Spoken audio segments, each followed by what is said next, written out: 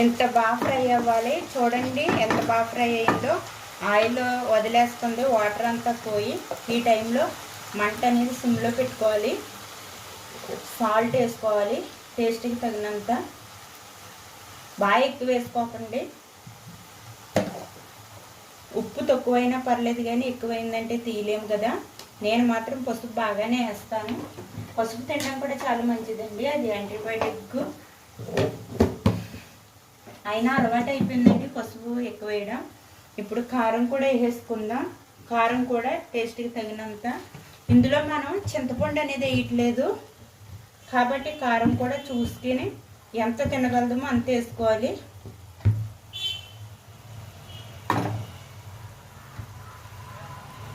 నేను వేసింది ఒక 2 స్పూన్లు ఉంటుంది అన్నమాట, పెద్ద స్పూన్ని. మా కారం స్పైసీ